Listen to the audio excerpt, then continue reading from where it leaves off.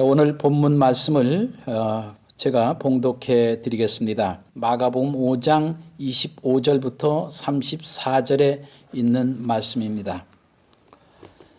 12해를 혈루증으로 알아온 한 여자가 있어 많은 의사에게 많은 괴로움을 받았고 가진 것도 다 허비하였으되 아무 효염이 없고 도리어 더 중하여졌던 차에 예수의 소문을 듣고 무리 가운데로 끼어 뒤로 와서 그의 옷에 손을 대니 이는 내가 그의 옷에만 손을 대어도 구원을 받으리라 생각함일러라.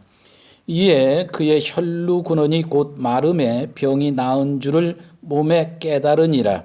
예수께서 그 능력이 자기에게서 나간 줄을 곧 스스로 아시고 무리 가운데서 돌이켜 말씀하시되 누가 내 옷에 손을 대었느냐 하시니 제자들이 여짜오되 무리가 에워싸 미는 것을 보시며 누가 내게 손을 대었느냐 물으시나이까 하되 예수께서 이 일 행한 여자를 보려고 둘러보시니 여자가 자기에게 이루어진 일을 알고 두려워 떨며 와서 그 앞에 엎드려 모든 사실을 여쭈니 예수께서 이르시되 딸아 내 믿음이 너를 구원하였으니 평안히 가라 내 병에서 놓여 건강할지어다. 아멘. 34절까지 봉독했습니다.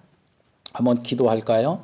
사랑하시는 주님, 저희들이 이번 주에도 이렇게 참 한자리에 모여서 예배하지 못하고 영상으로 예배하고 또한 우리 교회도 극히 소수의 사람들이 모였지만 하나님께 교회에서도 예배하게 됩니다.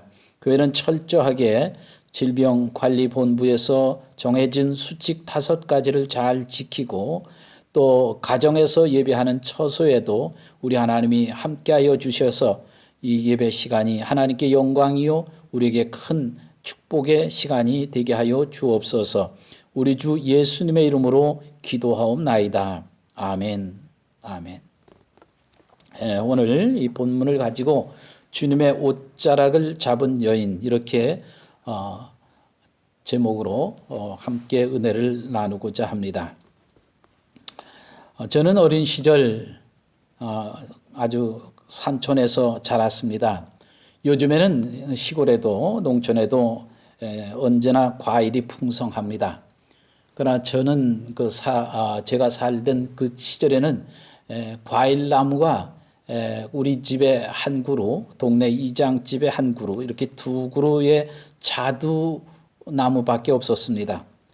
그래서 이 자두나무의 그 열매가 익을 겨를이 없었습니다. 그저 꽃만 떨어지면 그것을 주워 뜯어먹기 시작을 했죠. 그래서 한때는 그 토사광난이라고 했는데 요즘도 그런 질병이 있나 잘 모르겠어요. 근데 그 토사광난이 일어나면 한밤중에 일어납니다. 한밤중에 얼마나 배가 아픈지 아주 대굴대굴 굴러갑니다. 그때 어머니는 벌써 딱 눈치를 채시죠. 너 낮에 뭐 먹었냐는 거예요. 아무것도 안 먹었다고 하죠. 또 자두 뜯어먹지 않았느냐. 거짓말을 할 수 없어서 자두 딱 2알 먹었다는 둥 뭐 이런 식으로 이야기를 합니다. 그때 우리 어머니는 그렇게 토사광난이 일어나는 때면 입을 크게 벌리라고 합니다. 그리고 입을 크게 벌리면 어머니의 손가락을 입수 목구멍까지 깊숙이 넣어서 토하게 합니다. 그러면 어머니 그 앞치마에 광목 앞치마에다 그대로 왈칵하고 토해 놓습니다. 그러면 등을 두드리고 또 한 번 토하라고 다시 한 번 하고 이렇게 해서 몇 번 토해난 다음에 그리고 이 부엌으로 가셔서 따뜻한 물에 토종꿀 한 종지를 타서 먹여줍니다. 그리고 배를 쓱쓱 문질러주면 아주 시원하게 배가 가라앉던 그런 생각들이 있어요. 여러분 저는 이 목회를 하면서 신학을 공부하면서 종교개혁자 칼뱅의 그런 기독교 강요를 읽어가면서 거기서 깊은 그런 은혜를 받은 그런 대목이 있는데 그 칼뱅은 말하기를 교회는 어머니다. 어머니 품이다 라고 하는 그 말씀이 너무 좋아요.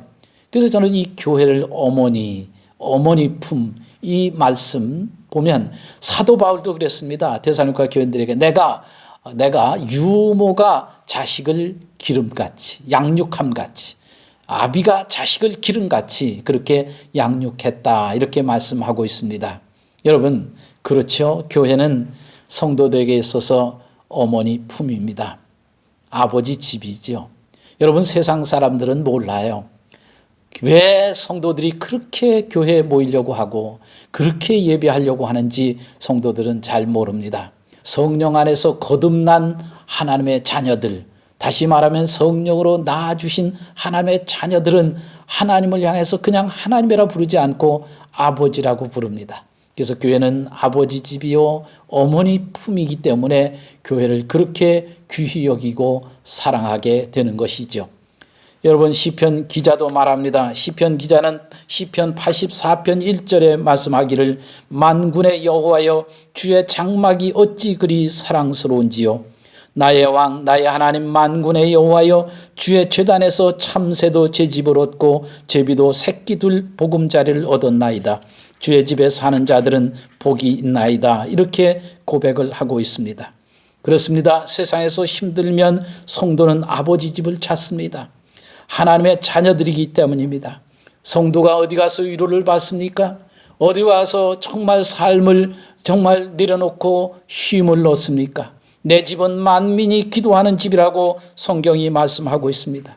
누구든지 힘들면 올 수 있는 곳이요. 그리고 쉴 수 있는 곳이요. 안식할 수 있는 곳이기 때문에 그렇습니다. 예수님 말씀하셨습니다. 수고하고 무거운 짐진 자들아 다 내게로 오라. 내가 너희를 쉬게 하리라 라고 말씀하시면서 나는 마음이 온유하고 겸손하니 내게 와서 내 멍에를 메고 배우라. 그리하면 마음의 쉼을 얻으리니 라고 말씀했는데 그 앞에 나는 마음이 온유하고 겸손하다 라고 하는 말씀은 그냥 하트예요. 우리 마음을 말합니다. 그러나 뒤에 너의 마음의 쉼을 얻으리라니 하는 그 마음은 soul, 우리의 영혼을 말합니다. 그렇습니다. 마음이 힘든 사람들이 와서 하나님 앞에 기도하다 보면 주님 앞에 나오면 마음의 쉼을 넘어 영혼의 쉼까지 영혼의 짐까지 가볍게 해준다고 말씀을 하고 있습니다. 세계에 나가서 살던 교민들이 지금 국내로 들어오고 있습니다. 왜 그렇습니까? 고국이기 때문에 그렇습니다. 모국이기 때문에 그렇습니다. 우리나라 정부는 그들을 받아서 그들을 진료해주고 그를 치료해줍니다. 왜 그렇습니까? 우리나라 국민이고 우리나라 동포이기 때문에 그렇습니다. 코로나19로 온 세계가 두려워하고 있습니다. 국외 할 것 없이 온 세상이 지금 참 안전지대가 없습니다. 그러나 사랑하신 여러분, 이 두려움이 어제 오늘의 얘기가 아닙니다. 지금 인류가 많아지고 공해가 많아지고 여러 가지 세상이 죄악이 많아져서 이렇게 어려운 것입니까? 그렇지를 않습니다. 성경에 보면 특별히 창세기 3장 10절에 보면 하나님 앞에 범죄했던 인간에게 가장 먼저 찾아왔던 것이 두려움이라고 하는 것. 그래서 이 두려움의 트라우마는 오늘도 우리를 엄습하고 우리를 짓누르고 있다는 것입니다. 창세기 3장 10절에 보면 내가 동산에서 하나님의 소리를 듣고 내가 벗었으므로 두려워하여 숨었나이다. 이것이 인간이 범죄한 후에 하나님께 고백한 가장 가슴 아픈 일입니다. 오늘 본문에는 일생을 이 두려움에 눌려서 정말 고통스럽게 살던 한 여인의 이야기가 우리에게 소개되고 있습니다. 이 여인의 고통 한마디로 말하면 막연하다는 거예요. 막막하다는 겁니다. 언제 끝날지 모르는 이 고통. 그래서 이 본문에서는 이 여인을 이렇게 소개하고 있죠. 25절부터 26절을 보시면은 이렇게 말씀하고 있습니다. 12해를 혈루증으로 앓아온 한 여자가 있어. 12해를 혈루증으로 앓아온 한 여자. 이것은 레위기 15장에 보면 이것은 부정한 병이었습니다. 그래서 이 하나님 앞에 나갈 수도 없고 사람을 만나게 되면 그 만난 사람도 일주일 동안 또 부정해야 하고 하는 그런 병이었습니다. 그러니 12해 동안 이 혈루증으로 자유할 수 없었던 이 여인 얼마나 고통스러웠겠습니까? 뿐만 아니라 계속해서 주시는 말씀을 보면 이 26절에 보면 많은 의사에게 많은 괴로움을 받았고 많은 의사에게 가서 치료를 받았다고 성경은 말하지 않고 많은 의사에게 괴로움을 받았다. 괴로움을 받았다. 이렇게 오늘 말씀을 하고 있는 것입니다. 또 가진 것도 다 허비해야 했을 때 12해 동안 많은 의사와 병원에 가 치료를 받았는데 얼마나 많은 그런 치료비가 들었겠습니까? 그래서 가진 것도 없고 이제는 다 허비하였을 때 거기서 또 아무 효용도 없고 그리고 병은 점점 더 중하여졌던 차에 이렇게 본문이 소개하고 있습니다. 여러분 이 말씀을 종합해 보면 한마디로 두렵다, 두렵다. 또 하나는 막연하다, 막연하다, 막막하다 하는 그런 표현이라고 할 수 있을 것입니다. 그러나 사랑하신 여러분, 이 여인의 이 절망적인 이 여인의 두려움을 뒤집는 소망과 회복의 복음이 우리에게 전해지고 있습니다. 27절을 주목해 보십시오. 예수의 소문을 듣고 무리 가운데 끼어 뒤로 와서 그의 옷에 손을 대니, 이 말씀입니다. 예수의 소문을 듣고 이 복음이 이 여인에게 주어졌습니다. 그렇습니다. 예수의 소문을 듣고 그 다음에 무리 가운데로 끼어 뒤로 와서 그 연약한 몸을 가지고 그 무리 가운데 끼어서 그의 옷에 손을 대니, 그렇습니다. 예수의 소문을 듣고 주님 앞에 와서 그의 옷에 손을 대니. 여러분 가슴 뭉클하지 않습니까? 여러분 이것을 그냥 말씀으로 읽어가지 말고 장면을 한번 생각을 해보십시오. 그 12해 동안 혈루증으로 앓고 있던 여인의 몰골을 여러분 생각해 보세요. 그 연약한 몸을 가지고 무리 가운데 끼어 밀리고 밀치어 끼어 뒤로 와서 그리고 예수님 옷자락을 잡는 그 여인의 모습을 한번 생각을 해보십시오. 갸냘픈 여인, 그 떨리는 손, 그러나 그 손은 사랑하신 여러분 얼마나 아름다운 손입니까? 그 손은 비록 약한 손이었습니다. 아주 작은 터치였을 것입니다. 그러나 그 손끝에는 놀라운 능력이 나타났습니다. 주님으로부터 놀라운 권능과 치유의 역사가 그 여인에게 전해졌습니다. 아주 약해 보였지만 주님의 치유를 이끌어내는 강한 손. 물론 이 치유의 사역은 그 여인의 능력이 아니에요. 여인이 만졌기 때문이 아니라 주님의 전적인 사랑이요 은혜지요. 그러나 그럼에도 불구하고 이 여인의 떨리는 만짐이 없었다면, 이 아름다운 터치가 없었다면 이런 역사는 없을 것입니다. 여러분 오늘 우리에게도 필요한 것은 이 아름다운 정말 떨리는 손을 가지고 주님의 옷자락을 만지는 이 믿음일 것입니다. 왜 그럴까요? 주님은 다 알고 계시기 때문에 그렇습니다. 여러분 우리가 믿는 하나님은 어떤 분입니까? 우리가 구하기 전에 있어야 할 것을 다 아시는 주님, 그리고 하나님의 자녀들에게 가장 좋은 것을 주시기를 원하시는 주님, 그리고 그 주님은 지금도 요한복음 5장 17절에 보면 아버지께서 일하시니 나도 일한다. 지금도 일하시는 그 주님 앞에 우리가 나가야 합니다. 오늘 28절, 29절을 보시면 이렇게 말씀하고 있습니다. 이는 내가 그의 옷에만 손을 대어도 구원을 받으리라 생각함일러라. 이에 그의 혈루 근원이 곧 마름에 병이 나은 줄을 몸에 깨달으니라. 여러분 얼마나 감격스러운 장면입니까? 얼마나 놀라운 장면입니까? 사랑하신 여러분, 이번 주 우리가 기대하는 예배는 바로 이런 예배입니다. 주님의 옷자락을 잡는 예배. 그래서 좀 간절함이 있었으면 좋겠어요. 우리가 한 자리에 모여서 예배하지 못하지만 우리가 예배하는 그 자리가 정말 기도의 골방이 되었으면 좋겠습니다. 우리가 구하기 전에 있어야 할 것을 다 하시는 주님 앞에 우리가 정말 간절함을 가지고 중언부언이 아니라 그 기도에 간절함이 있었으면 좋겠습니다. 하나님의 세미한 음성을 듣는 그 음성에 대한 간절함, 말씀에 대한 간절함이 있었으면 좋겠습니다. 뿐만 아니라 오늘 이 예배를 정말 드리지 못하는 것이 아니라 이 5대 수칙을 잘 지키면서 예배를 드려달라고 하는 그런 질병관리본부의 그 소리를 우리는 좀 주목해 봐야 합니다. 여러분, 지금은 우리 대한민국뿐 아니라 온 세상이 다 강도 만난 이웃입니다.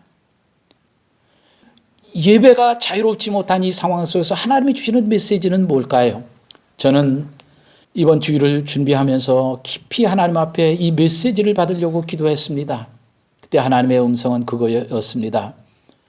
너에게 있어서 강도 만난 자의 이웃은 누구냐? 강도 만난 자의 이웃은 누구냐?